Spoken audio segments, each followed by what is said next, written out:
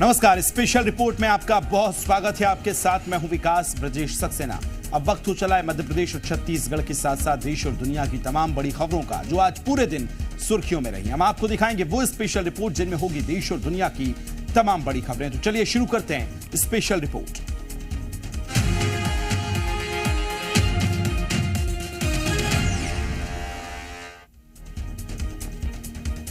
तो special report में बात आज सबसे पहले मध्य प्रदेश की करेंगे, जहां लोकसभा चुनाव को लेकर शंखनाद हो चुका है। प्रधानमंत्री नरेंद्र मोदी ने आज आदिवासी बहुल इलाके झाबुआ से चुनावी शंखनाद किया है। हजारों करोड़ों की प्रदेश को सौगात देने के साथ पीएम मोदी ने एमपी में मिशन 2024 का आगाज कर दिया है। रिपोर्ट देखिए।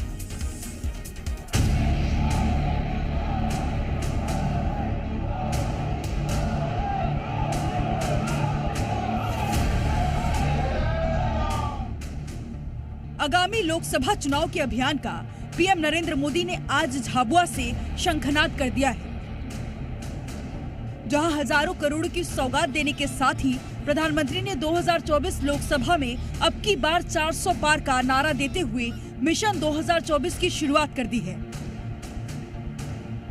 प्रधानमंत्री नरेंद्र मोदी ने अपने संबोधन के दौरान विपक्ष पर निशाना साधते हुए विपक्ष पर हमला बोला, तो वहीं लगातार तीसरी बार लोकसभा चुनाव में बीजेपी की जीत की गारंटी दी। 24 में 400 पार, 24 में फिर एक बार कांग्रेस के भीतर आदिवासी समाज के लिए नफरत कूट कूट करके भरी पड़ी है। मोदी जब हर गरीब के लिए, दलित, पिछड़ा, आदिवासी के लिए पक्के घर बनवाता है, तो ये मोदी को गालियां देते हैं। 23 में कांग्रेस की छुट्टी हुई थी विधानसभा चुनाव में, 24 में पूरा सफाया होना तय है। साथियों, कुछ दिन पहले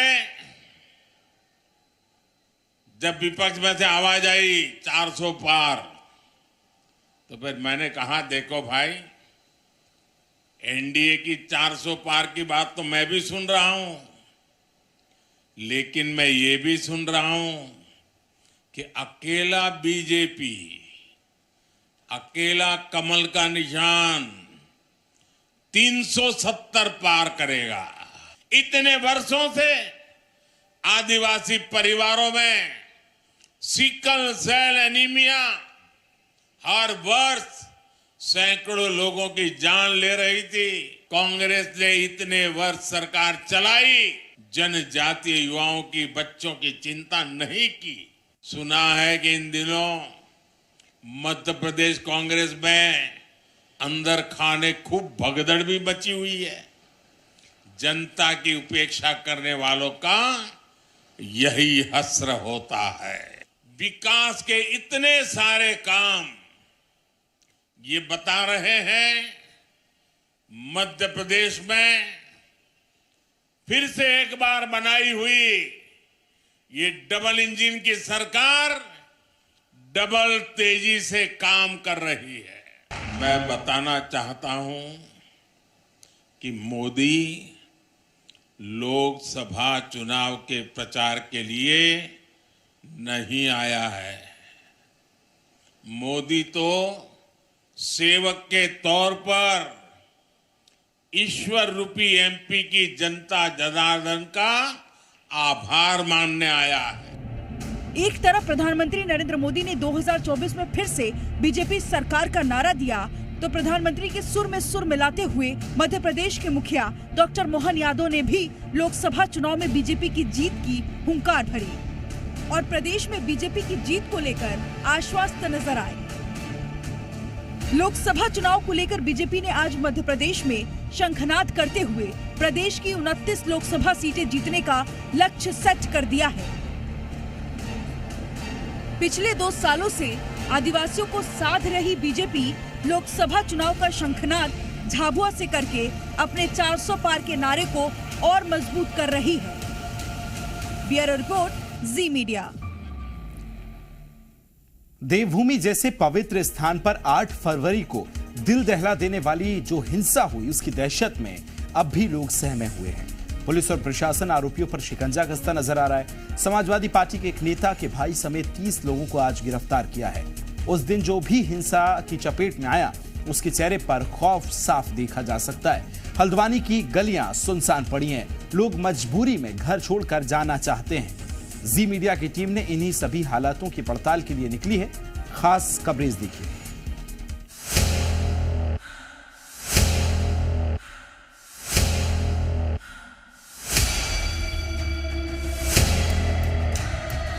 हल्द्वानी में जिस जगह से आगजनी की शुरुआत हुई, मैं उसी मलिक के बगीचे में मौजूद हूँ।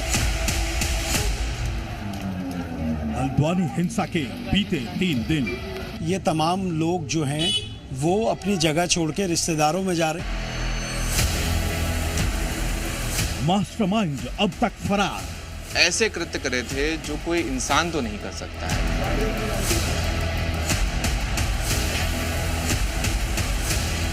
तो कोशिश कर रहे थे, ऊपर से वो कंबल डाल लेते, ऊपर से आग लगा करके डाल लेते, फिर ऊपर से सोच रहे थे करके मरी जाएं।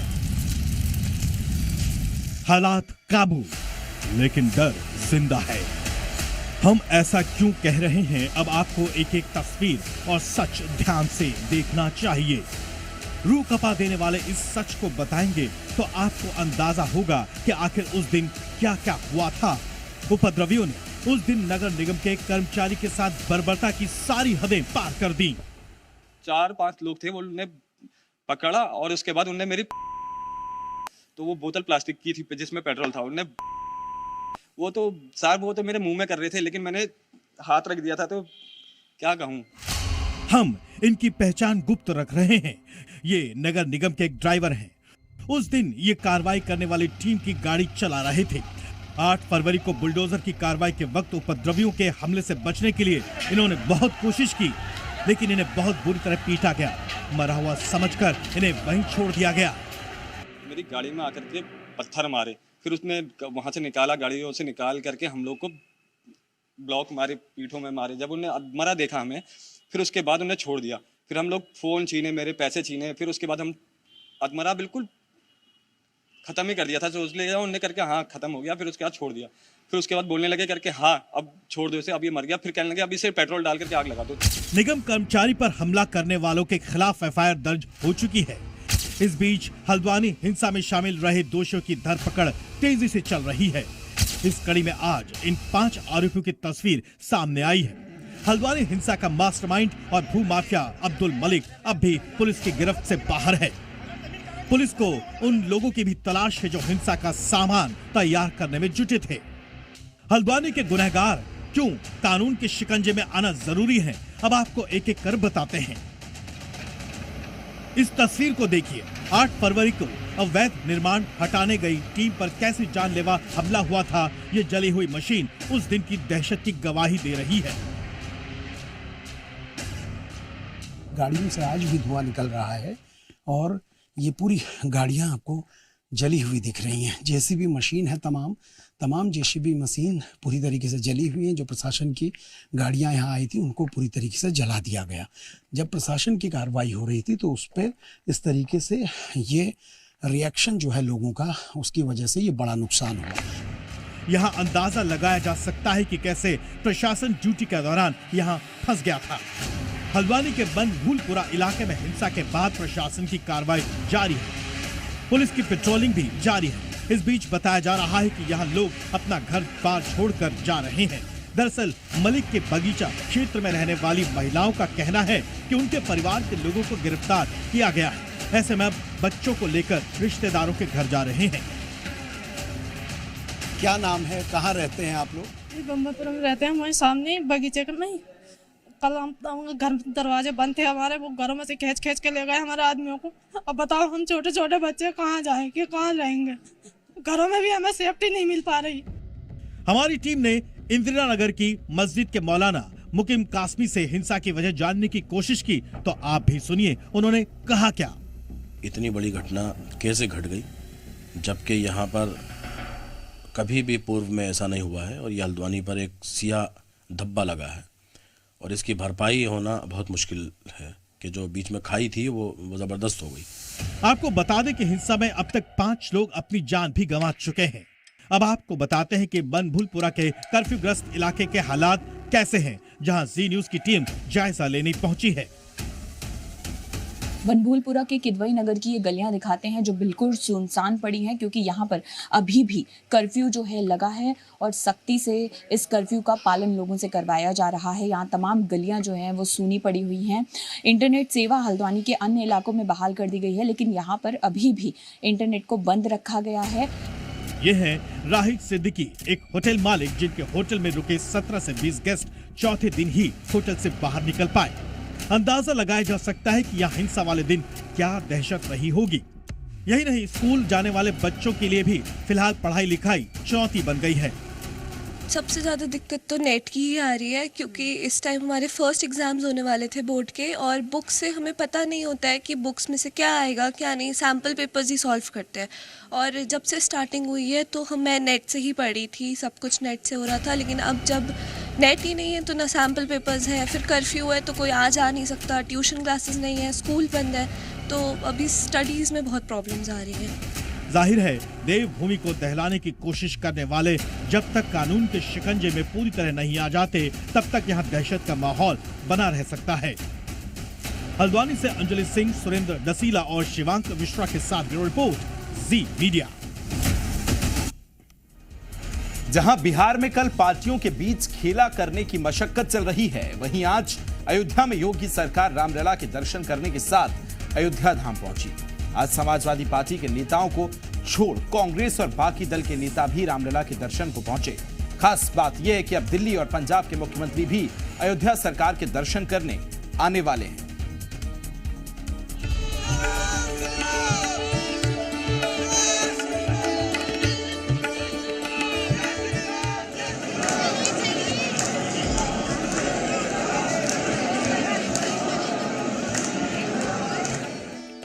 उत्तर प्रदेश के मुख्यमंत्री योगी आदित्यनाथ अयोध्या धाम में अपने मंत्रियों और बीजेपी विधायकों के साथ रामलला के दर्शन करने पहुंचे। योगी आदित्यनाथ रामलला के आगे नतमस्तक हुए और भगवान राम की पूजा अर्चना की।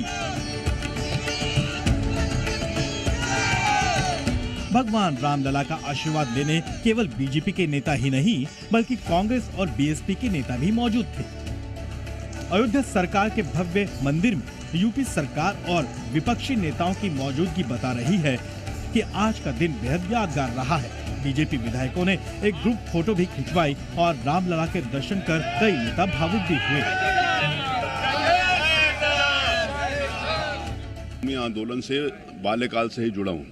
जिस समय देश में आज़ादी के बाद 1984 में श्री राम जन्मभूमि के आंदोलन प्रारंभ हुआ, तब से मैं रहा और श्री राम जन्मभूमि आंदोलन में मुझे 3 बार जेल में भी रहने का अवसर मिला। तो मेरे लिए बड़ा भावुक क्षण है, मेरे लिए समर्पण का क्षण है, मेरे लिए श्रद्धा का क्षण है। खास बात यह है कि यहाँ समाजवादी पार्टी के नेता इस पावन मौके पर नहीं आए और निशाने पर आ गए। सपा ने तो कार सेवकों पर गोली चलवाया था और उनका जो कल्चर है, उनकी जो सोच है, वो स्वामी प्रसाद मौर्य के वचनों से आप देख रहे हैं किस प्रकार से वो भगवान विरोधी हैं, देव विरोधी हैं, राम विरोधी हैं। तो ये उनका कल्चर है और वो राम विरोधी हैं अखिलेश यादव, इसलिए वो मना कर रहे हैं। जबकि कई नेताओं को राम के दरबार आकर लखनऊ की तरह यहाँ भी विधानसभा में एक साथ बैठने जैसा अनुभव हुआ। इतने 5 शताब्दी बाद ऐसा मौका मिल रहा है कि हम लोग भगवान के दर्शन कर पा रहे हैं और निश्चित तौर पे ये पीढ़ी बहुत ही सौभाग्यशाली है जो हम लोग को ये मौका देखने को मिल रहा है। इसके पहले लखनऊ विधानसभा के सामने से योगी कैबिनेट के मंत्री और विधायक लग्जरी बसों से अयोध्या के लिए रवाना हुए थे। यहाँ पर आप देख सकते हैं कि एक करके जो है ये पूरा सजाया गया है। तो ये तस्वीरें हैं और आप देख सकते हैं कि ये अंदर विधायक जो है सब लोग परिवार के साथ हैं, मणि जी हैं और सब विधायक हैं। कैसा लग रहा है? मेरी झोपड़ी के भाग आज खुल जाएंगे, राम आएंगे। राम में वातावरण है, हम सब बहुत उमंगित हैं, बहुत उत्साहित हैं। सभी लोग श्री राम के जय घोष के साथ लखनऊ से रवाना हुए थे और अयोध्या पहुंचने पर सभी का भव्य स्वागत किया गया।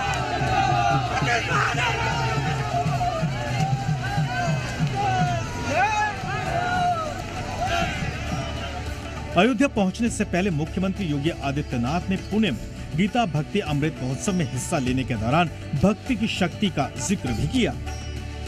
भक्ति से उपजी ये शक्ति ही दुश्मनों के दांत हमेशा खट्टा करती थी। समर्थ गुरु रामदास जी छत्रपति शिवाजी महाराज को यहीं से पैदा करते हैं और छत्रपति शिवाजी महाराज पूरे भारत के अंदर उन्होंने जिस तेज को लहराया था, उस कालखंड में सोचिए, औरंगजेब की सत्ता को चुनौती देते हुए औरंगजेब को उन्होंने तड़पने और मरने के लिए ऐसा छोड़ दिया कि आज तक कोई पूछ नहीं रहा है। जाहिर है आने वाले चुनावी दिनों में आज के दिन को राजनीतिक चश्मे से भी देखा जा सकता है। वैसे दिल्ली के मुख्यमंत्री अरविंद केजरीवाल भी सपरिवार 12 फरवरी को अयोध्या आ रहे हैं। साथ ही पंजाब के मुख्यमंत्री भगवंत मान भी रामलला के दर्शन करने आएंगे। ब्यूरो रिपोर्ट, जी मीडिया। शिक्षा जीवन का आधार है। बिना शिक्षा के मनुष्य का जीवन अर्थहीन और दिशाहीन हो जाता है। समय के साथ साथ शिक्षा और अध्ययन में बदलाव भी देखने को मिलता है। मगर एक समय था जब न्यूटन के नियम हम केवल पढ़ते थे, लेकिन आधुनिक समय में आज बच्चे खुद प्रयोग करके देख रहे हैं। हमने अब तक पेट्रोल, डीजल, सीएनजी और इलेक्ट्रॉनिक व्हीकल के बारे में सुना है। अब हम उस कार के बारे में आपको बताने जा रहे हैं जिसका नाम गुब्बारा कार है।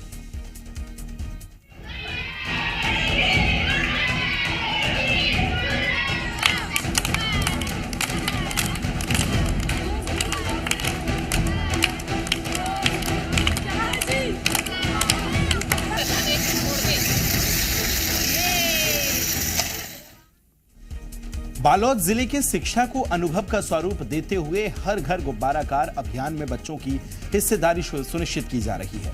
प्रत्येक विद्यालयों में 3 से 4 हजार गुब्बारों के माध्यम से गुब्बारे वाली कारें चलाई जा रही हैं।